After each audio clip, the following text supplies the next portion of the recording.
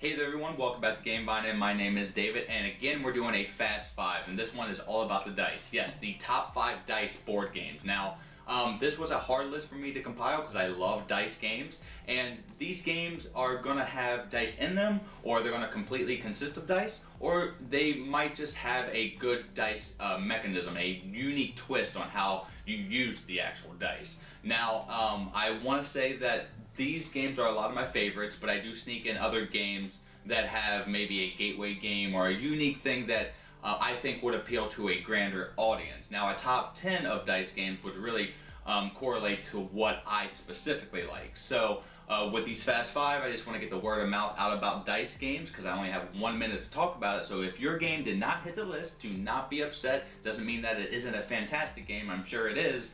I just want to make this list to get a word of mouth out about different types of genres in the dice world. So let's first get to the honorable mentions. I have 2 of them today. The first one I'll show right here, it was on my last Fast 5, and this is Dragon Rampage. Really chunky dice, and the game does sit around the dice, and there is some card play, but I remember this game, I remember the dice, and if you want to learn more details, you can go to the list because I actually talk about this for 1 minute. I will get a review out as soon as I can. The other honorable mention that I have on the list, I don't physically have, but I've played it a few times at cons, and I've loved it every time. This is Alien Frontier. Now, the way that you use dice in this one is more of like a worker placement. You roll them, and you can only put them in certain places if you roll a specific number. So you have to tactically strategize, and that really made me think, and I appreciate that this game for that, and that's why I'm giving it an honorable mention. So, with those 2 games out of the way, let's get on to number 5. Alright, so number 5 is kind of a combination game. This one is King of New York. I prefer King of New York because it has a little more gaminess to it, but King of Tokyo is a great gateway game for almost anyone, and this game is blowing up. It's in Targets, it's in Walmarts, and it's in all of the popular local game stores and comic book stores at this point. Yellow produces this game. The art is fantastic. It takes the Yahtzee mechanism of rolling dice, and these dice are fantastic, by the way. And you take these kind of kaiju monsters, and you're fighting in the city that it specifies. And you're trying to hit your players. It's a game of elimination, or try to get points to win out overall. And there's special mutation cards. I've gotten all the expansions. I want to start doing reviews very soon. I just have something special in the works for this one because I like it so much. And Yellow really hits most of the time with me when they come out with games, so I'm instantly interested when they come out with a game. And King of New York is a great one. King of Tokyo is also a great one. So that is a good addition, in my opinion, for the dice list at number 5. So without further ado, let's go on to number 4.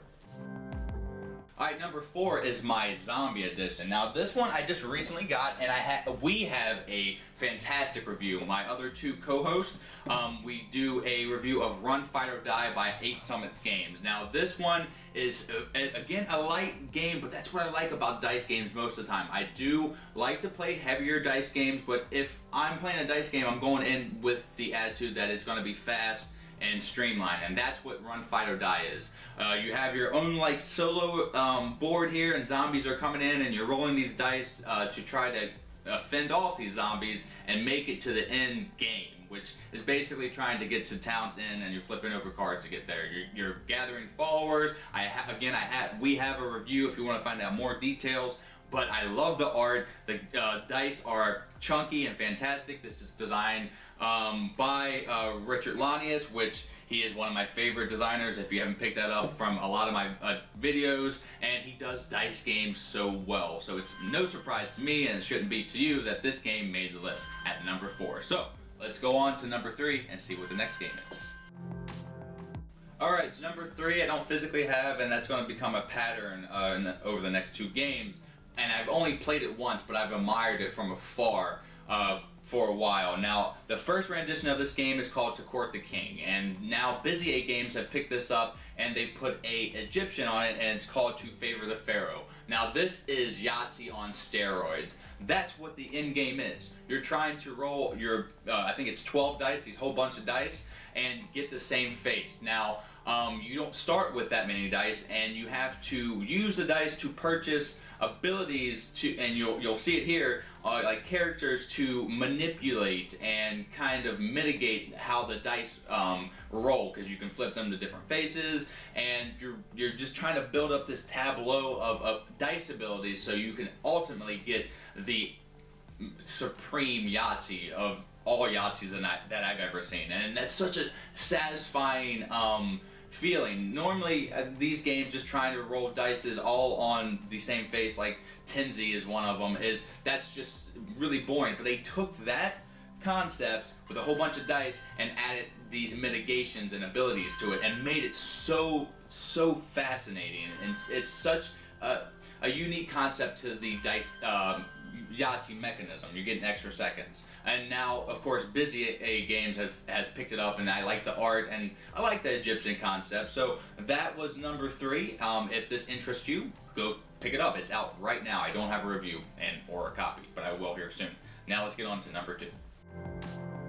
Alright, so number 2, I don't physically have. My friend Patrick has it, and I've played it a few times, and I've also played, it's a grandfather game, Race to the Galaxy, and this one is Roll to the Galaxy. Now, I like the way that Race to the Galaxy did its unique mechanism where you have the same cards and everyone's playing one, and you're hoping that this person is going to play a different card, because if they do, you get to do your ability and their ability. And multiple people, if it's a larger game, you can do all the abilities, and it's a gamble. And I've never seen that before. I played Race to the Galaxy, and they did the same thing with Roll to the Galaxy. Now they've took out some of the absolute. When you play Race, you have a whole hand, and in Roll you have just specific dice. So you have to tactically strategize instead of just having every option that you at your disposal. So you think that would make the game worse by taking away options, but for some reason this makes it more interesting. The production is done well, the tiles are really cool, and this is again a tableau building game, so if you do one of the abilities that you're hoping to do, you can kind of branch off extra seconds for you, branch off that power, and if you do your opponents, you can again try to do that, and you're ultimately just trying to get an end game, I think, of so many planets and or tiles, and once that happens, the person wins. Now, I want to play Roll to the Galaxy every time it's offered, because I mean, it's at number 2 and it's unique. It takes one of my very well liked games. It would be, I guess, considered one of my favorite games, Race to the Galaxy, and puts it in dice forms and does it beautifully. Now, there is a kind of honest code that you have to follow, because you have your own shield and you're rolling dice behind it, but if you're not playing with honest people, why are you playing with them at all? So, long-winded number 2, let's go on to number 1. Alright, so let me get number 1. This shouldn't be a surprise. Let me turn around. I'm going to grab just one of these boxes. Right, you should have known already that I was going to pick Dice Master as my number 1. This is my second favorite game of all time. And there are so many sets coming out. Eric Lang and Mike Elliott, great designers, 2 of my favorites, and they took the Quarriors mechanism and made it a kind of Magic variant where you're building teams of whatever fantasy realm that you want. Superheroes, Dungeons and Dragons, Yu-Gi-Oh, and DC and Marvel, those different comic books. And they're going to be coming out with Turtles. I mean, it's greatly expandable, and I don't play it as much as I want to, and I have reviews of this to show you how to play and different sets, and I'm going to continue to pump out more here soon. This is, I know some people might gripe because it's a collectible card game and it doesn't come with everything that you want, and the way that they package it is kind of lame, but it is so strong, I see past those almost instantly. Completely transparent gripes for me.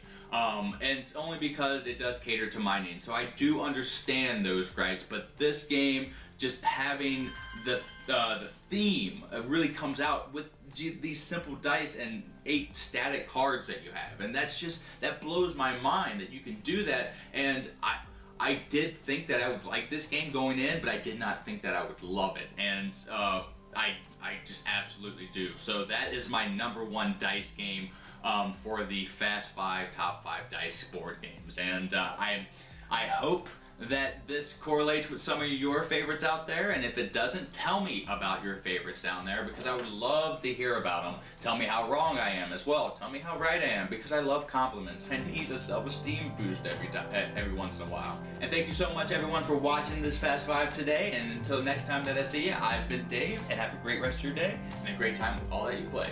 You heard it here on the Game Vine. Bye, guys.